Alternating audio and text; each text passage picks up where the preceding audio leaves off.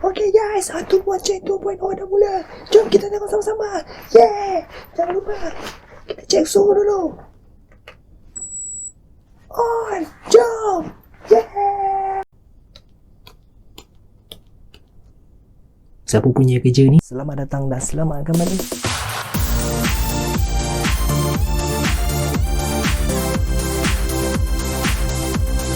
Ada seorang abang ni pernah minta saya dengan kawan-kawan saya teka, apakah filem yang buat diorang ketawa terbahak-bahak dan berguling-guling di atas lantai. Saya tak pasti sama ada itu hanya tokoh tambah ataupun tidak.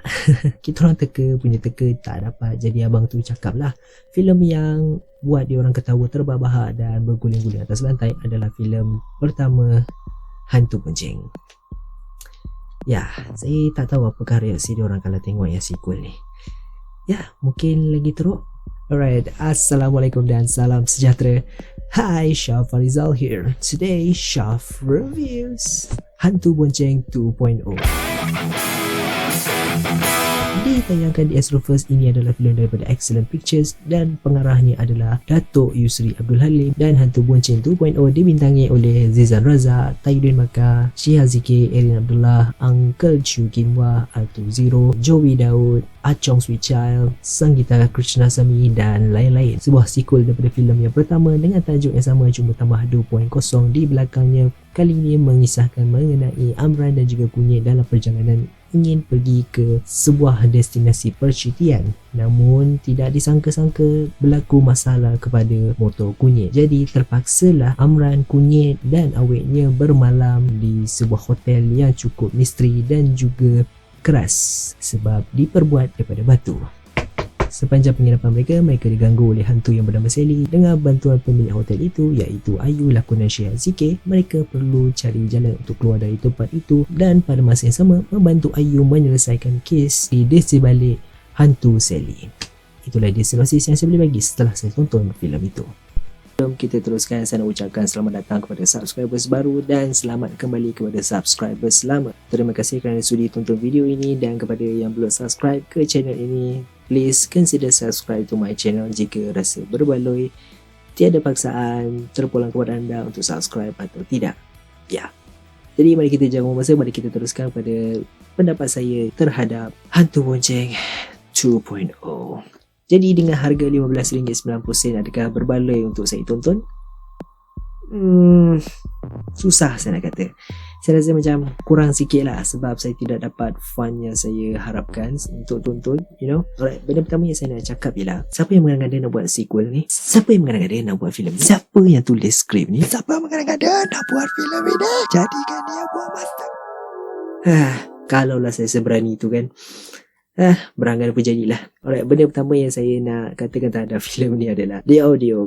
The audio is really problematic in this movie, you know.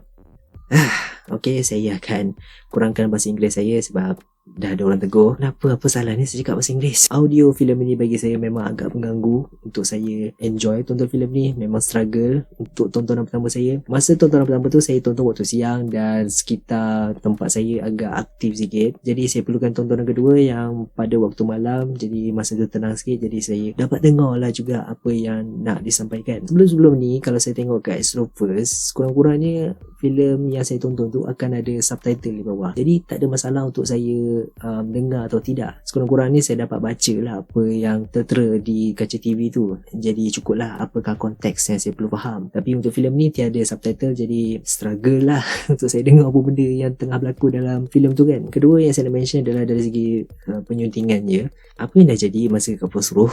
Untuk audio tu saya pasti ada kena dengan orang yang jaga audio masa tu. Jadi yang masa post-pro tu dah buat habis baik, audio tu je yang dapat. Sejujurnya kan, ada beberapa momen dalam filem itu buatkan saya rasa macam pelik. Apakah yang ia cuba sampaikan? Gaya penyuntingan untuk babak tu bagi saya agak berselabut sikit lah pada pendapat saya. Terutamanya pada babak awal di mana Zizan dikacau itu. Ada momen yang filem tu ingin sampaikan itu adalah momen yang seram. Namun begitu, scene itu didampingi muzik yang agak happening. Beberapa ketika kemudian, babak yang saya fikirkan kelakar dimainkan muzik latar yang seram. Jadi Agak confuse saya di situ. Kemudian tak nak lupa ada satu momen dalam filem tu di mana karakter Tyrone Bakar iaitu kunyit menjerit. Namun begitu, saya tak perasan yang dia menjerit sebelum masuk shot dia menjerit tu. Vokal kunyit tu seperti ditindih dengan ambience, ditindih dengan sound effect. Disebab itu, saya terkejut bukan disebabkan menjerit tapi disebabkan sound effect. Just for fun, saya tak faham apa yang terjadi masa post-pro. Jadi, adakah benda begini yang berlaku? Saya masih tak tahu nak buat macam mana dengan scene ni. Macam mana director? Saya pun tak pastilah macam mana. Sekejap, filem apa yang saya buat ni? Hantu Bonjeng. Siapa je nak ambil kisah? Atau saya masih tak tahu macam mana nak buat dengan scene ni. Macam mana tuan director? Oh, dia ada tinggalkan nota. Payment saya tak cukup untuk buat saya kisah pasal filem ni. Mungkin. Okay, ini adalah payment untuk anda buat filem saya ni. Ni mana cukup nak tanggung semua cost production ni? Kau dah hilang kan? Dah agak dah. Mana aku nak check out duit ni? Cukup ke aku nak bayar semua tim ni? Saya tak pasti sama ada itu semua boleh berlaku atau tidak. Tapi berkemungkinan. Mungkin tak lah. Mungkin ada masalah lain. Itu tadi sekadar macam hiburan je. Okay? Gurau-gurau je. Jangan ambil hati. Benda ketiga yang saya nak mention ialah dari segi struktur penceritaan je. Filem ni seakan ada benda yang kurang pada pendapat saya. Dan kekurangan itu diisi dengan babak-babak yang dragging, babak-babak yang sekadar mengisi masa lapang. Dalam setiap struktur penceritaan yang saya belajar lah kan. Sebuah filem perlu ada 3 act structure. Act 1 memerlukan cerita itu memberi establish, set up cerita tentang background karakter, background tempat tu, background apa benda bagai. Act 2 adalah di mana pengembaraan karakter itu, konflik mereka, drama mereka, apakah plot mereka, apakah usaha dan kegagalan mereka dalam mencapai matlamat mereka. Act 3 adalah di mana climax dan juga pelaraian dia. So dalam filem ni pada pendapat saya lah kan, Act 1 dia macam tak ada. Pada pendapat saya lah. Benda ni sama dinyatakan dalam review Telegram di mana berkemungkinan filem ni tak ada Act 1, cuma terus pada Act 2. Filem ni start terus dihuban pada pengembaraan dua karakter kita. Sekurang-kurangnya filem ni patut beritahu tentang apakah yang telah berlaku pada dua mamat ini setelah kejadian dalam Hantu Bonceng yang pertama. Dua karakter ni saya agak frust sikit. Dua karakter ni bagi saya macam gila cool ataupun santai yang amat. Setiap kali dua karakter ni dikacau, diorang ni macam memang betul takut lah, memang seram lah kan dengan hantu Sally tu kan. Lepas habis dikacau tu, keesokannya diorang macam dah relax dah. Diorang tak macam rush ke, tak macam nak urgent ke, nak cepat ke keluar dari situ. I mean like, hello, you guys are being haunted, why you guys not being active in this? Berdasarkan dari apa yang saya belajar kat YouTube, dari YouTuber nama Filamento, apa yang membuatkan sebuah kisah ataupun filem tu best ialah bila ada elemen sense of urgency, iaitu kalau kita translate ialah rasa nak digesa-gesakan ya. Bila satu karakter tu dah dapat matlamat, maka perjalanan menuju ke matlamat itu yang membuatkan filem tu yang best untuk ditonton. Jadi bila kita masukkan sense of urgency, di mana matlamat itu ada had masa, jika mereka tidak lakukan itu dalam masa tertentu, mereka akan terus dihantui lah sampai habis, sampai mati ke sampai tidak kan. Kalau sense of urgency itu ada dalam filem ni, mungkin jadi lebih best lah pada pendapat saya. Amran dan Kunyit ni dah ada masalah untuk mencapai matlamat mereka. Masalah-masalah mereka hadapi antara ni yang saya ingat adalah, satu ialah motor Kunyit rosak, kedua adalah motor si Amran ni tiba-tiba hilang pula, kemudian adalah awet Kunyit hilang, kemudian masalah besar dia orang adalah hantu Sally. Dengan adanya 4 masalah ni, saya percaya ia mampu membuatkan karakter kita ni lebih aktif, lebih rasa nak cepat, lebih rasa nak gesa, lebih rasa urgent nak keluar dari tempat itu. Tapi tak, dia orang relax je, dia orang boleh interaksi dengan karakter-karakter yang ada dalam filem tu macam biasa je. Seriously. Kemudian saya nak sentuh pada bahagian lawak dalam filem ni. Honest, sejujurnya saya boleh katakan ada lawak-lawak dalam filem ni saya boleh terima. Ada satu lawak yang pada pendapat saya nice, yang mana melibatkan karakter Kunyit ini dalam usaha tengah mencari awetnya. Namun begitu beliau terserempak dengan seekor hantu. Jadi hantu tu buat sesuatu pada beliau dan lawaknya bukan pada yang apa hantu tu buat pada dia. Lawaknya lepas apa yang dah jadi pada beliau dan beliau perlu buat sesuatu tapi beliau tak tahu macam mana. Kedua mungkin lawak yang okey pada saya lah, tiba-tiba dia orang wrestling dengan hantu Sally tu, itu agak nice pada saya. Saya dapat rasakan itu momen yang paling fun untuk Tayudin Bakar dan Zizan Razak, bergusti, member-member gusti kan. Rasanya itu dua momen lawak yang saya boleh terima dalam filem ni. Yang lain-lain tu saya rasa okey dan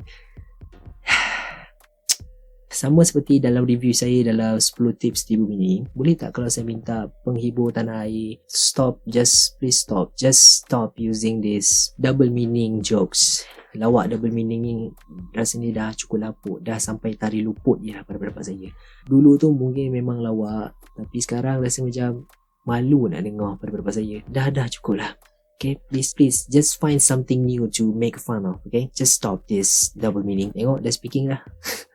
Kemudian benda lain yang saya nak sentuh ialah apa function Uncle Chu Kim Wah, Joey Daud dan juga Atu Zero. Diorang macam tak ada function je dalam filem ni, sekadar macam untuk berinteraksi dengan karakter utama kita, and that's it. Dalam ending, 3 karakter ni ada plot twist diorang. Jadi agak pointless lah diorang punya plot twist tu, diorang punya reveal tu, Uncle, what have they done to you? Uncle, why are you in this movie?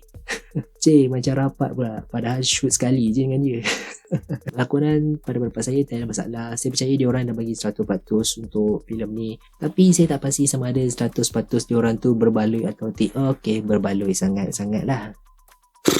Seterusnya untuk pengarahan Datuk Yusri Abdul Halim, saya cuma boleh katakan yang beliau boleh buat lagi bagus daripada yang ni. So saya rasa itu saja yang saya boleh katakan lah untuk filem Hantu Bonceng 2.0. Saya faham berkemungkinan besar filem ni dihasilkan pada waktu PKP dan dengan kadar batasan yang agak terbatas.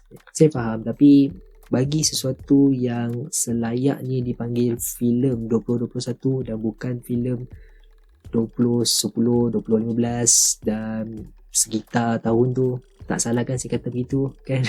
Kesimpulannya apa saya boleh katakan ialah filem ni pada pendapat saya ada nilai hiburannya, namun begitu ia ditimbun dengan keputusan-keputusan yang mengecewakan. Ia akan mengganggu pertimbangan penonton untuk mengatakan ini adalah filem yang bagus. Sekali lagi, itu hanya pendapat saya. Saya percaya ada yang suka tonton filem ini. Contoh boleh katakan ialah reviewer bernama Akmal Hamzah. Beliau bagi rating yang agak tinggi juga untuk filem ni. So mungkin ada di luar sana yang suka tonton filem tu, jadi baguslah kan. Jadi rating yang saya boleh bagi terhadap filem ni adalah 2/5 bintang dengan label What were you thinking? Ya, saya tak tahu nak letak label mana, jadi saya letak label tu lah. Sebab saya rasa ini boleh jadi lagi bagus, tapi agak mengecewakan apa pendapat saya. So, jadi itulah dia pendapat saya. Bagaimana pula dengan anda? Jika anda punya apa-apa pendapat terhadap filem ini ataupun video ini, anda boleh kongsikan sembarang pendapat, cadangan, teguran atau apa-apa pun yang anda ingin kongsikan dengan saya di ruang komen di bawah. Jumpa lagi anda di video akan datang. Terima kasih kerana menonton. Assalamualaikum dan syab. Apa ni? Oi.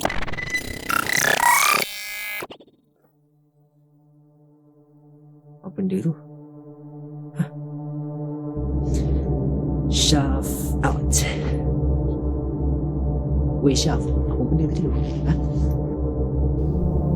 Hey guys, terima kasih kerana menonton. Jemput juga untuk anda untuk tonton video-video saya yang lain di channel ini. Berilah segala komen, cadangan dan juga teguran yang anda ingin kongsikan di ruang komen di bawah.